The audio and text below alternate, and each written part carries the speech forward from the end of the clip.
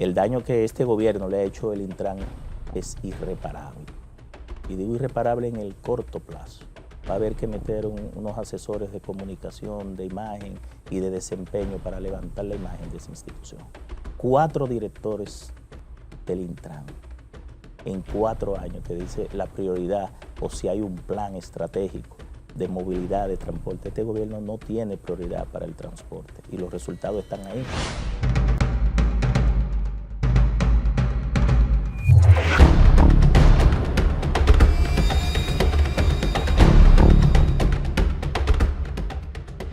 Tobías Crespo, bienvenido una vez más a tu casa. Tobías ha sido siempre un asiduo desde el grupo de comunicación Tendencias hasta el Demócrata. Así que gracias por siempre asistir a nuestra invitación y a compartir el conocimiento. Eres uno de esos diputados, legisladores que genera conocimiento y que lo pone al servicio de la nación. Creo que, y lo digo de todo corazón, Tobías, debe ser un modelo a seguir de la preparación política, pero de esa responsabilidad que te caracteriza, más allá de que eres un aguerrido político que defiende siempre las propuestas de tu partido, pero piensas y generas conocimiento y eso debe ser un legislador. Gracias, buenos días, Francisco. De verdad que afortunado, agradecido de compartir temprano acá esta mañana con tu espacio El Demócrata. Y como bien tú decías, te venimos dando seguimiento como si fueran los organismos de inteligencia, ¿verdad? Viendo tu trabajo y observando tu trabajo. Y te felicito también porque en cada entrega de verdad que le pones, más que conocimiento, también le pones inteligencia. Pues yo sé que hay gente que a la data le saca información, a la información le saca conocimiento y al conocimiento le saca inteligencia. Y eso es lo que últimamente se está hablando de la inteligencia. Gracias, Tobías. Conversemos del tema del caos. ¿Cómo hemos llegado donde estamos? Vamos a salirnos un poco del cajón. Vamos a hablar también de el Intran, de Milton, de su participación en el Congreso, pero tomémonos unos minutos para evaluar el fracaso histórico, porque este gobierno se encamina a un fracaso con la gestión del tránsito, pero ahora nos quitamos la chaqueta de perseguir culpables y vamos a analizar la problemática. ¿Cómo inicia esto? ¿Qué es todo lo que no se ha hecho? ¿Y qué hacer para reaccionar a este caos? Bueno, en el caso específico de la normativa, vámonos primero ahí, se inicia en el año 1966, que se crea la DGTT, que yo dirigí por 6 años, del 2004 al 2010. En el año siguiente, en el 67, estamos hablando del gobierno del doctor Joaquín Balaguer, se aprueba la ley 241, que fue la ley que duró realmente 50 años, hasta el 2017, que se promulgó pues, la ley 6317 de nuestra autoría.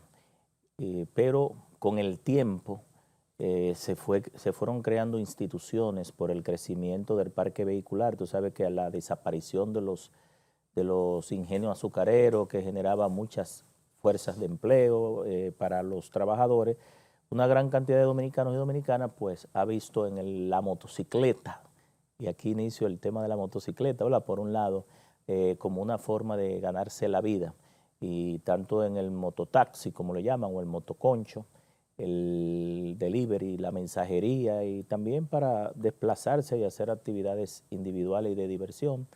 Pero por el otro lado también empezaron a apoderarse de las rutas, los famosos carros de concho, que son tipo sedán de 4 puertas, de 5 plazas, que en realidad meten más de esa plaza porque le agregan lo que le llaman el palito de la cotorra, ¿verdad? El pico de la cotorra, que es la plaza adicional, y eso fue dándose como la verdolaga en cada uno de los territorios de la República Dominicana, una planificación no bien planificada, valga la redundancia, no bien organizada, y empezaron los sindicatos, que hoy son empresas, y siempre debieron ser empresas. Sindicato es una figura jurídica para defender los derechos de los trabajadores, pero aquí lo que hablamos es de una actividad económica informal que la ley lo lleva ya a la formalidad, a convertirlo en empresas, y empezaron a operar las rutas y a explotarla, como dicen, sin ninguna regulación. Luego en el año 1979, creo que es, Antonio Guzmán lanza la ONATRATE, No sé si tal Sí, vez tú no lo recordarás, sí, pero recuerdo. en mi Estaba muy tiempo pequeño, yo pero estaba muy pequeño, yo estaba jovencito, incluso cuando jugábamos basquetbol y hacíamos campeonatos de intramuro con otros sectores, cogíamos una trate desde los Jardines del Norte, llegábamos hasta Cancino. Se hacía lo que le llaman el transfer, con algo parecido a esto, como que está este botón aquí que le llamaban un token, que era el que te permitía hacer el transfer, que eso es integración técnica, operativa y tarifaria. Con un mismo pasaje tú cambiabas de una guagua a una trate y a hacía un otra. circuito completo. Correctamente. Eso empezó en el año 79. Su primer director, muy conocido por nosotros, Misíades Pérez Polanco. Luego llegan las famosas banderitas que empezaron a competir por La el 31. tema en la 27 y en muchos sitios las cooperativas, empiezan a darse las famosas cooperativas del transporte, con guaguas que verdaderamente no tenían las especificaciones, y llega un momento en que los conflictos por los transportistas lleva a Joaquín Balaguer a solicitud de estos, a crear la primera institución que empezó a dispersar, que se llama la OTTT, Oficina Técnica de Transporte Terrestre, porque la ley 241 es una ley de tránsito. Aquí no había ley de transporte, no había ley de seguridad vial, ni ley de movilidad. Y lo que estaba antes de la ley 6317, fuera de la ley 241 y de la DGTT, todo era por decreto. Luego de crearse ONATRATE, que fue el primer experimento, y nosotros decimos fallido porque no se continuó su gobierno posterior de Jorge Blanco. Al parecer, como esto era uno de sus logros, eso es uno de los problemas que tiene RD, que el que llega quiere tumbar los logros del otro, y desapareció ONATRATE como por arte de magia en un gobierno del mismo PRD, siendo una gran iniciativa. Luego de crearse entonces ONATRATE, la OTTT, en el año 1997, Leonel Fernández crea la ONSA. La ONSA fue el rescate de lo que era ONATRATE, con un transporte bien planificado, con corredores exclusivos. Se crea la ME, ambas instituciones por decreto. Luego en Santiago se lleva la ONSA también, se crea Metrasam por otro decreto. Primer director, Hanley Herman. El primer director de la ME, sí, y de la ONSA fue José Félix Marrero, que fue mi jefe en Codeter un tiempo, yo duré 13 años, y luego Ignacio Ditren, que fue sustituido por un dirigente también transportista del PRD en el gobierno de Hipólito, que ahora no recuerdo el nombre, que falleció. En ese sentido, pues, hasta ahí en la ONSA empieza, y por suerte que la hemos conservado, porque el Estado tiene una gran responsabilidad de dar el servicio público. Luego, en el año 2000, se crea el CAR, Consejo de Administración y Regulación de Taxi. Nunca funcionó, eso era para operar todo lo que es el servicio de taxi a nivel de la municipalidad. Fue una entelequia, nació natimuerto. Nadie sabe de eso y por eso la ley lo eliminó. Luego, en el año 2004, en el gobierno de Hipólito, se crea la Dirección Central de Seguridad Vial, sin decirte que Impuestos Internos tiene el Departamento de Vehículos de Motor, que maneja el registro del parque vehicular. Pero ¿cuántas instituciones? Eran 12 que había. Te estoy hablando de dónde viene el problema, porque el principal problema una locura. No es lo que uno ve en la calle. En la calle uno ve un desorden, una selva, pero el principal desorden era desde el propio Estado. Los reguladores. No había, porque eran 12 instituciones donde hay 12 cabezas, donde hay 12 jefes, no hay jefe. Sí, no manda porque nadie. no manda nadie. Entonces todo el mundo con presupuesto y queriendo imponer su Ese criterio. Es el génesis de... Sí, y entonces luego en el 2005, Leonel Fernández, 2004, 2005, en su segundo gobierno, crea la OPRE para la primera línea del metro, la segunda línea del metro, que la dejó las dos entregadas y construidas en 2 periodos de gestión, pero también dentro de la OPRE creó el FONDEC. Y agregado a esto también estaba la policía turística, que daba permisos de taxi turístico en los hoteles. ¿Y qué es el FONDEC?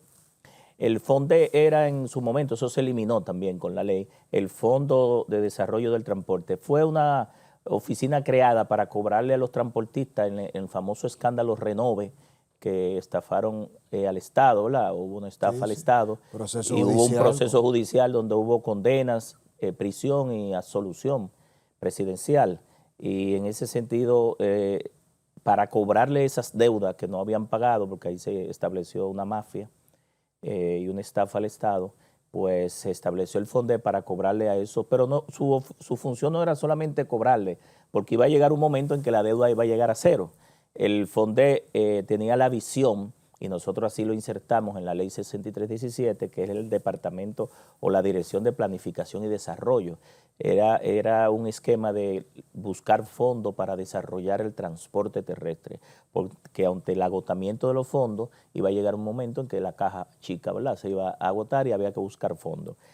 Ya en el año 2017, entonces viene... Perdón, Tobía, ¿y el CESMED? ¿Cuándo se El crea? ¿Con la CESME, OPRED? no, Porque el CESMED como cuerpo especializado de seguridad. voy ahí, porque nosotros intentamos con la ley también crear en vez de la DGC, el SECC, pero no fue posible porque violaba la Constitución. Y era porque quisimos que la Policía de Tráfico no perteneciera a la Policía Nacional por múltiples razones. Al final creo que el tiempo nos ha dado la razón. Pero está ahí. Eso fue lo que pudimos lograr. El CESME es un cuerpo especializado para la seguridad del metro. Tú sabes que el metro tiene componentes muy críticos a nivel de seguridad, de operación, de inteligencia, para evitar actos terroristas, la paralización y toda una serie de afectación del servicio que debe prever y actuar también cuando hay eventos de un transporte masivo. Entonces se crea, el CESME se crea por decreto, por el presidente de la República, porque el presidente de la República en la Constitución es el único que tiene la facultad para crear los cuerpos especializados, entiéndase, el CESFRON, que es el fronterizo, el CESA, el CESME y todos los cuerpos especializados. En un momento Politur pasó a ser CESTUR, como un cuerpo especializado turístico, porque tiene un componente estratégico de seguridad y de defensa. Esa facultad solamente está remitida al presidente de la República, pero se creó con el mismo metro de Santo Domingo para proteger las vidas, las facilidades y las instalaciones del metro. Y de todos los sistemas ferroviarios que se van a construir, teleférico, monorriel y todo lo demás. Es un cuerpo especializado adscrito al Ministerio de Defensa.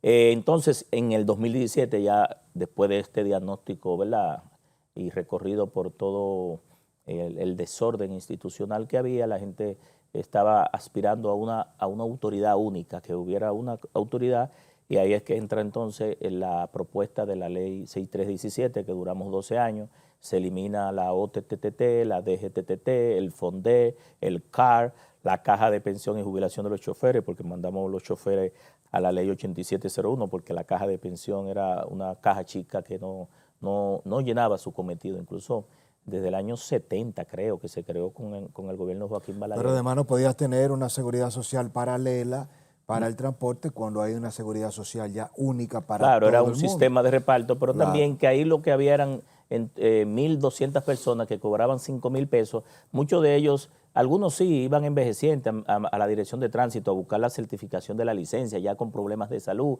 Pero ahí se metía una intelequia política de los sindicatos que ponían a un hijo, a un hermano, un familiar de los transportistas, y eso no era un sistema de seguridad social. De verdad que era cualquier cosa menos, es un desorden. Eso no debió existir, se eliminó, pero las personas que estaban ahí los remitimos a la dirección de pensiones porque ya tenían derechos adquiridos. Claro. Ahora, los transportistas a partir del 2017 empiezan a tener derechos tanto para el seguro familiar de salud como para las pensiones porque ya entran a cotizar ya convertido en empresa. Es una ley muy amplia que tocamos todos los aspectos: trabajo, educación, salud, atención a las víctimas, procuraduría, policía de tráfico, políticas públicas, las alcaldías, todo un conjunto de instituciones que se crea entonces con el Intran.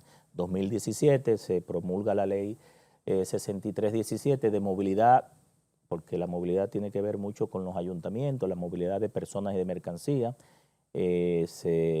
la parte del transporte terrestre como actividad económica, porque de hecho eso es lo que es el transporte terrestre, una actividad económica por paga, que el ciudadano paga para que le den un servicio, y que tanto el Estado, a través de la ONSA, del teleférico, los monorrieles, los metros, debe tratar de manera digna al ciudadano de a pie, al pasajero, con frecuencia, itinerario, vehículos en buen estado, choferes certificados y capacitados, seguridad de que el pasajero va a llegar seguro a su destino y sobre todo una tarifa justa. La ley establece Claro. la determinación de las tarifas. Partiendo del hecho de que el ciudadano es el principal activo de todo Estado, es decir, cuando descuida la atención de salud, de seguridad, de dignidad, de calidad de vida del ciudadano, del ser humano, entonces pierde sentido todo lo que se invierte y la naturaleza misma del Estado. Hemos hablado en otros programas mucho de la ley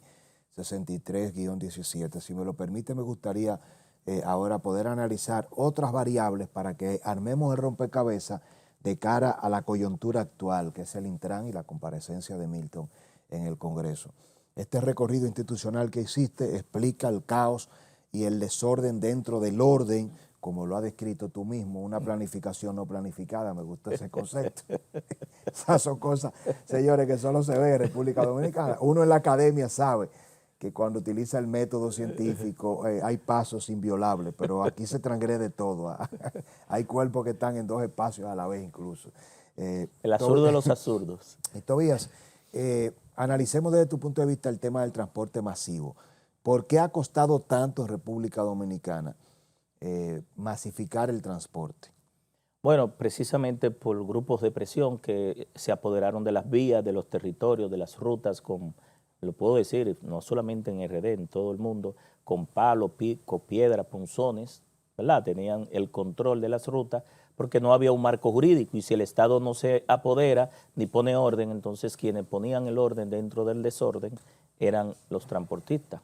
Y esos grupos de presión, pues, entendiendo que sus intereses son afectados por la colectivización, han estado ralentizando. Y digo ralentizando porque en definitiva no hay forma de parar el desarrollo. La República Dominicana obligatoriamente debe ir a una colectivización, debe ir a una masificación del transporte terrestre, porque es lo que va a permitir, primero, garantizar un servicio a los ciudadanos, porque el ciudadano de a pie gasta aquí en RD entre 20, 25 y hasta 30% de sus ingresos muy mínimos para transportarse a su trabajo y de vuelta al trabajo. Sin embargo, en la mayoría de los países de América Latina que hay sistemas que funcionan y que hay subsidio al ciudadano de a pie, es decir, a la demanda, no a la oferta, porque los subsidios a la oferta crean distorsiones económicas, crean corrupción y crean carteles. Eso está demostrado en todos los esquemas económicos. Entonces, en ese sentido, la apuesta debe ser a la masificación. Esos sectores se opusieron, incluso tú recordarás que las rutas alimentadoras, que era lo que le iba a dar el verdadero poderío a nivel de transporte para la integralidad, lo que yo hablaba ahorita de la integración técnica, operativa y tarifaria, para que tú con un solo pasaje hicieras varios transbordos, un recorrido, un espacio de tiempo y no tuviera, y eso reduce el costo del pasaje. Como modelo de éxito probado ya, como el Transmilenio en Correcto, Colombia. en Colombia. Entonces, esos sectores pues han ralentizado, pero el país ha invertido millones de dólares en un intento de colectivización. Los primeros fueron las banderitas, tú recuerdas las banderitas, Claro. Luego vinieron el tema de lo que te hablaba ahorita, de las banderitas pertenecían a las cooperativas que te hablaba en los años 70, 80, todavía estaba Joaquín Balaguer, los gobiernos del PRD, después viene el plan Renove.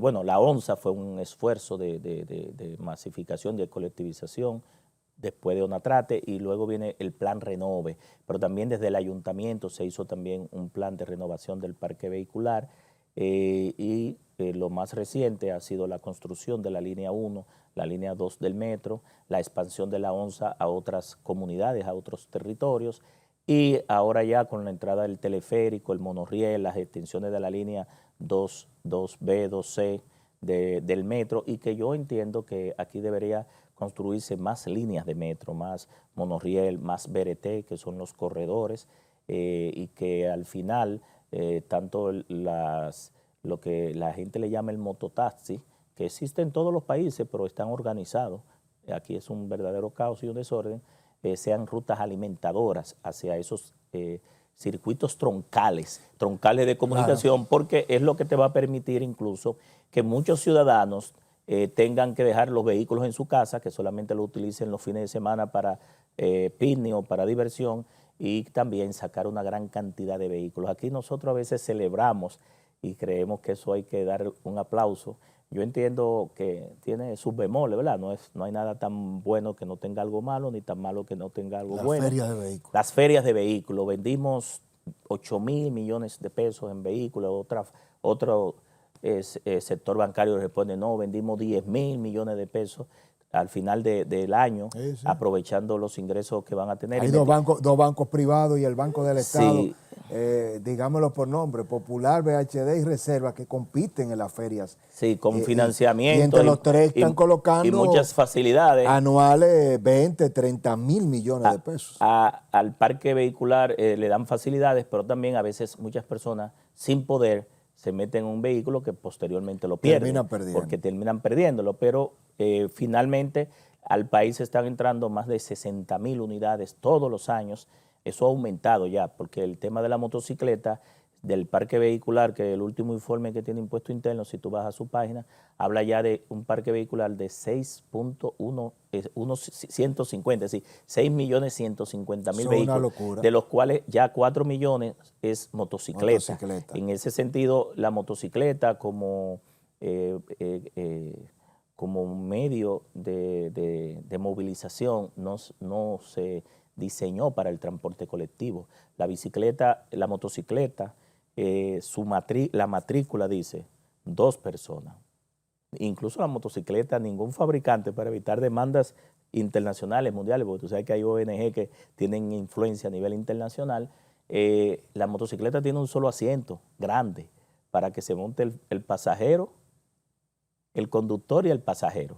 Y en la ley está establecido, es decir, es la matrícula de motocicleta que dice que son 2 personas. No más. No Tobías, otro elemento clave es analizar los corredores. Digo esto también, Sí. de entrar la parte de los carros de concho, que la matrícula dice 5 personas, que es el conductor, el de al lado y los 3 de atrás, y le ponen 2 pasajeros Pero más. eso no se cumple, lamentablemente, como casi nada. Hablemos de los corredores. El gobierno del presidente Luis Abinader inauguró Charles de Gaulle, Núñez de Cáceres. Primero fue Núñez, luego Charles de Gaulle y Churchill. Y Churchill. Entonces están discutiéndose independencia, corredores en Santiago. La 27. Son eficientes, es un mecanismo que hay que proliferar. ¿Apoyas esta figura? ¿Qué representa desde tu punto de vista como solución esto BRT? Mira, los BRT o los corredores, porque viene del término Bus Rapid Transit, realmente son la solución y la apuesta a la solución. El problema es que en este gobierno han hecho una contrarreforma. Me explico. Este gobierno creó la Oficina de Movilidad Sostenible, creó el FITRAN como el Fideicomiso para el Transporte Masivo, pero ya en el gobierno anterior con la ley se había creado el SIT, el sistema, el FIMOVI, que es el Fideicomiso de Movilidad de Transporte, que pertenece al SIT, el Sistema Integrado de Transporte Público, que en realidad son los corredores.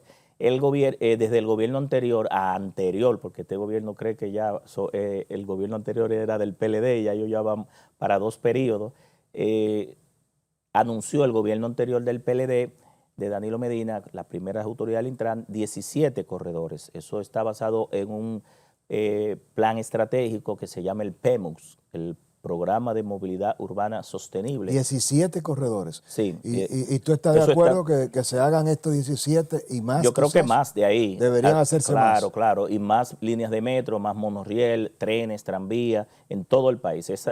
Ahí es la apuesta. Eso no se debe paralizar. De hecho, te digo que si hubiese continuado la política de Leonel Fernández al 2020, ya hubiesen 4 líneas de metro. Todavía estamos en la 12. Y cancaneando, como dice, muy mal construida. De eso hablaremos también. Sí, entonces, en el caso específico de los corredores debe ser la apuesta también junto con la construcción. ¿Qué ha pasado en este gobierno? Bueno, que ha obligado a todos a entrar a un fideicomiso. La ley no obliga a un fideicomiso, pero las guaguas se compraron con fondos del Banco de Reserva. La ley establece un fondo de 50 centavos para renovar el parque vehicular. Esos corredores que tú hablas, que esos vehículos había que deschatarrizarlos, sacarlos del parque vehicular, el gobierno se comprometió, tanto el anterior como este, a pagarle entre $8,000, $12,000 por cada carro de eso, para sacarlo y deschatarrizarlo, ¿verdad? Convertirlo en chatarra. Pero ¿qué ha ocurrido? Primero, que no le compraron los vehículos. Esos vehículos, en vez de sacarlo y deschatarrizarlo, lo movieron a la San Martín, a otros corredores. ¿Qué sentido tiene que nosotros sigamos ¿verdad?, multiplicando la chatarra, llevándolo a otro corredor. No tiene sentido, pero también el gobierno se comprometió a pensionar a aquellos choferes que ya estaban en mal estado de salud, que pasaban de 65 años, según establece la ley, tampoco los ha pensionado, es decir, no ha cumplido con ese tema. En los corredores, a propósito, se dimensionó un volumen, una tasa de pasajeros diaria más del doble en cada uno de ellos de lo que realmente el corredor movía. ¿Y eso es para qué? Para obligar a un subsidio, a un peaje sombra. Eso fue diseñado de esa forma. Y esos corredores pudieran terminar en otro escándalo de corrupción y con sometimientos y sanciones.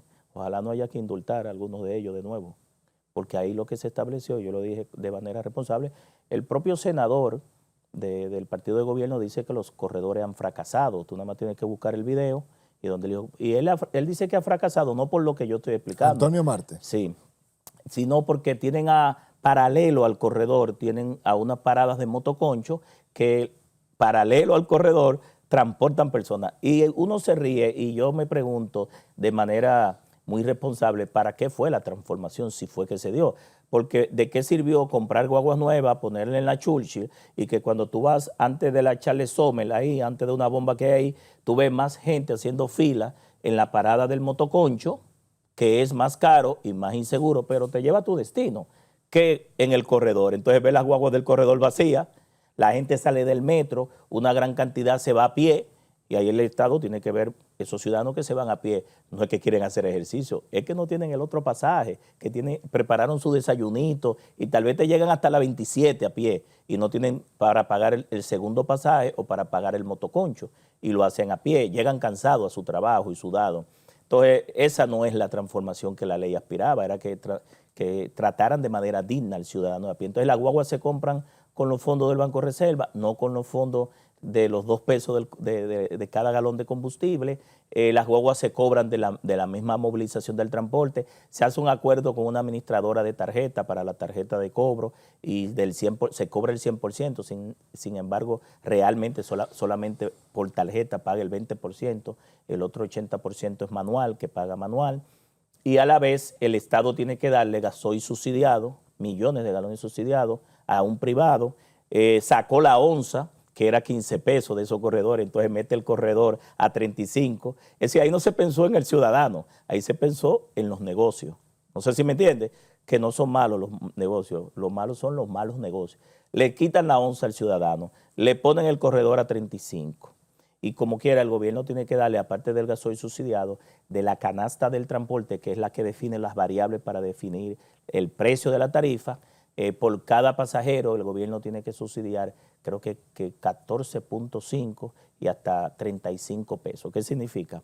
Que esos corredores, ese negocio, aún con ese esquema, no va a llegar al break-even point, como le llaman en inglés, al punto de equilibrio, porque ahorita cuando lleguen los 5 años, las guaguas están desbaratadas, hay que volver a comprar guaguas, ya esos son costos de la inversión y la tasa interna de retorno no llega.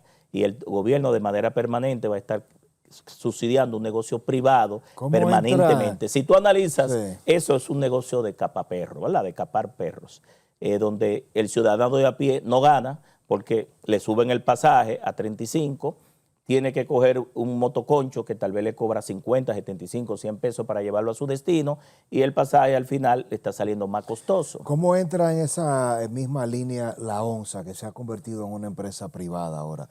¿Eso lo contemplaba la ley? ¿Es correcto? ¿Estás de acuerdo con esta transformación? La ley lo contempló, es lo correcto, lo que debió ser. La ONSA no es una oficina, la ONSA es un operador que compite desde la parte pública con subsidio también, porque en todo el mundo el transporte público de pasajeros es subsidiado. Sí, claro, es un tema de Estado. Sí, es un tema de que al Estado le conviene que los ciudadanos, sobre todo los que están en las capas más bajas, se movilicen y se desplace la economía. Masivo. Entonces, pero debe ser un subsidio, como establece la ley, mi amigo Francisco, a los envejecientes, a los discapacitados, a los estudiantes, a los militares y policías, a las personas vulnerables y a las personas de escasos recursos, pero no a los operadores.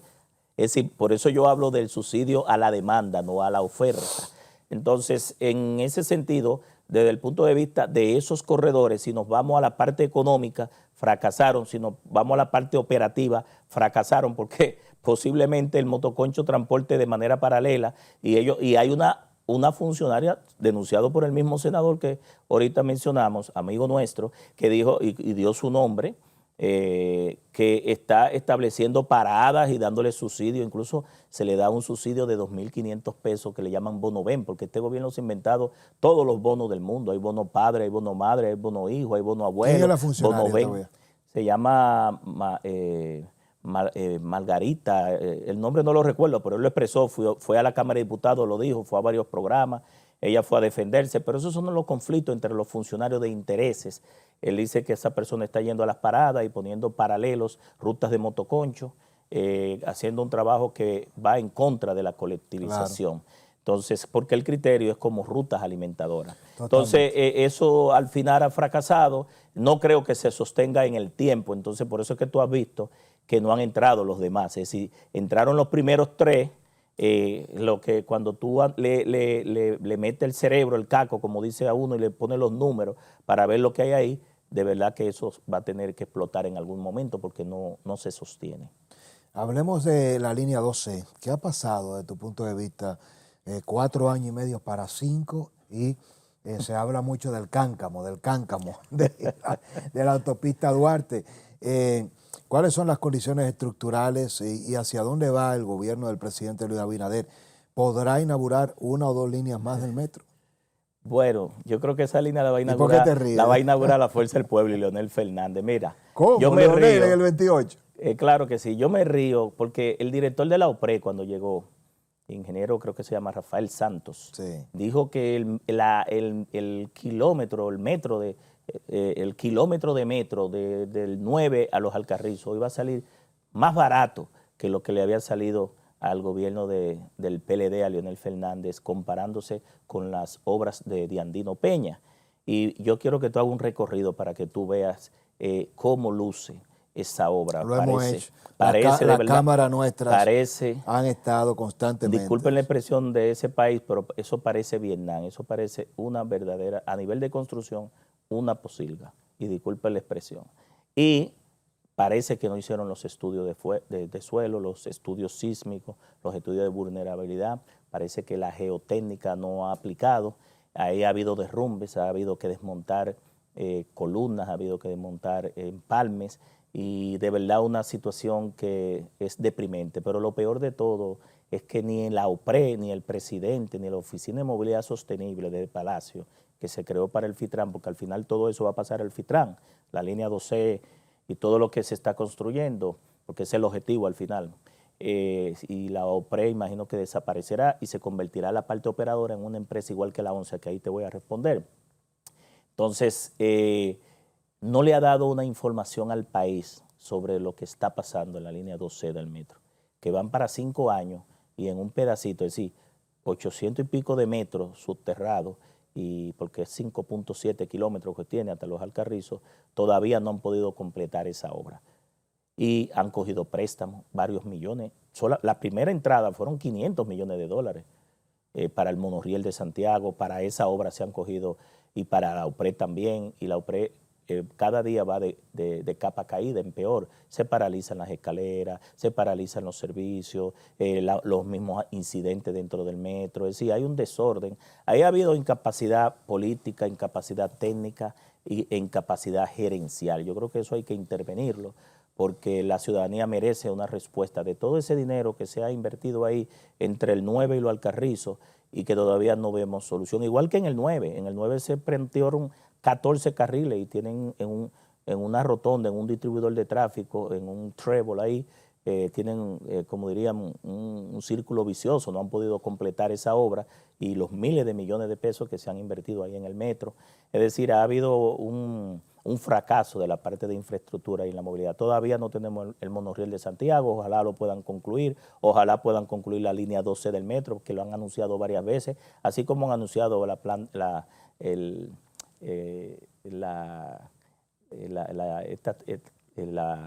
Monte Grande, la inauguración de Monte Grande. Luis Abinader la ha anunciado varias veces ha ido a inaugurarlo y todavía ahí no están las obras colaterales, ni está la hidroeléctrica, ni está el acueducto, ni está la conexión hacia los acueductos, ni está la parte de riego. Es decir, ha sido un barril sin fondo. Entonces, el gobierno anunció, por ejemplo, un monorriel desde la 27 hasta el aeropuerto. Luego anunció un monorriel desde la Kennedy a San Luis, pero también un tren de carga y pasajeros ligeros desde aquí a San Cristóbal. Y se ha quedado en anuncios, solamente anuncios. Entonces, yo creo que, en definitiva, el gobierno ha fracasado en el tema de la movilidad, del transporte. No tiene nada que ofertar.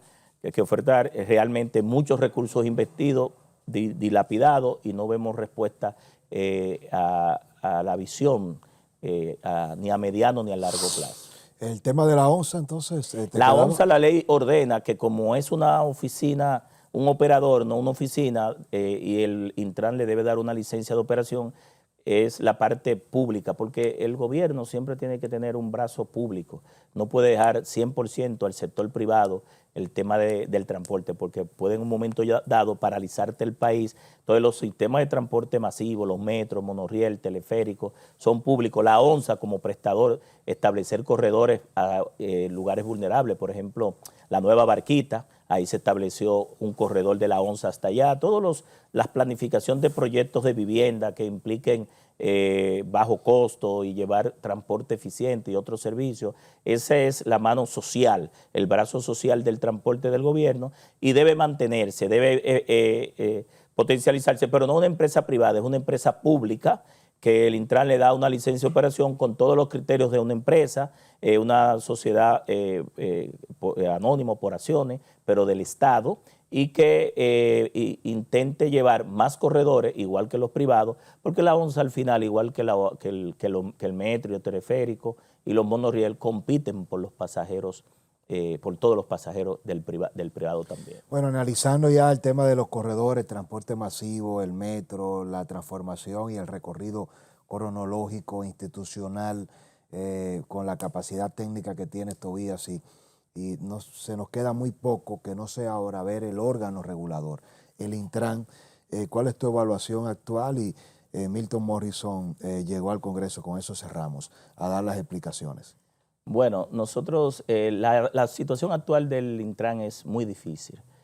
Para mí ha sido frustrante, después de 12 años de trabajo en esa ley, más de 100.000 horas dedicadas a esto, 5.000 en la Cámara, en las comisiones, más de 500 reuniones de comisiones, vistas públicas, recorrer el país con todos los sectores, escuchar a todo el mundo, una experta argentina que estuvo aquí con nosotros 3 meses, con casi 30 años en experiencia en regulación de transporte público y privado, ver los resultados del Intran. El daño que este gobierno le ha hecho al Intran es irreparable. Y digo irreparable en el corto plazo. Va a haber que meter unos asesores de comunicación, de imagen y de desempeño para levantar la imagen de esa institución.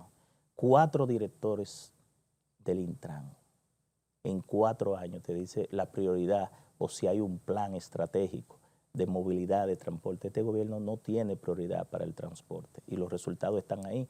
Y esos directores se han quitado precisamente no por hacer las cosas correctas, ni por hacer las cosas bien, es por hacer las cosas incorrectas y por violar la ley.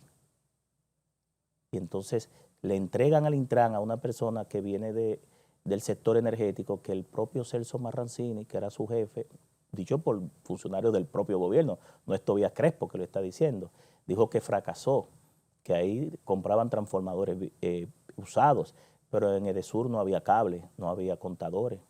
Tú pagabas una conexión de media tensión y tenías que pagar por fuera también, porque hay sus mafias que han vuelto otra vez al Estado en este gobierno. Pero la luz más cara, las personas tenían, en mi circunscripción, había luz 24 horas, prepago y pospago. Es decir, la gente de bajos recursos cargaban 100 pesos de luz, te duraba una semana. Ahora la tarifa es 3 veces y 4 veces más cara, pero hay apagones. Antes en mi circunscripción no había apagones.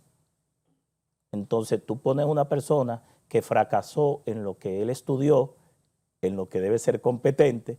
Imagínate si en lo que no estudió pudiera ser competente.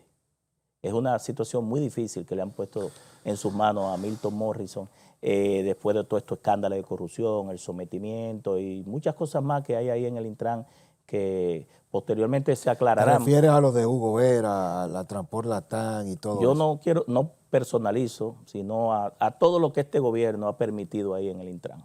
Bueno, Tobías, te invitaré de nuevo para analizar a profundidad soluciones y propuestas, pero queda claro que el desafío es mayúsculo, así que Sí. la discusión tiene que estar sobre la mesa y amerita que el liderazgo político, no solo del gobierno, sino de la oposición, de los entes privados, de los transportistas, de los sindicalistas y de los usuarios, de los ciudadanos, nos pongamos de acuerdo, porque si seguimos como vamos, el fracaso nos tomará no ya de sorpresa, sino que será irremediable. Lamentablemente el presidente Luis Abinader tiene que tomar el toro por los cuernos, no hay un liderazgo en el sector y ese liderazgo lleva a que cualquier medida sea tomada como de poca validación. Gracias, Tobías. Gracias a ti. Bueno, brevísima pausa, regresamos con los minutos finales del Demócrata TV.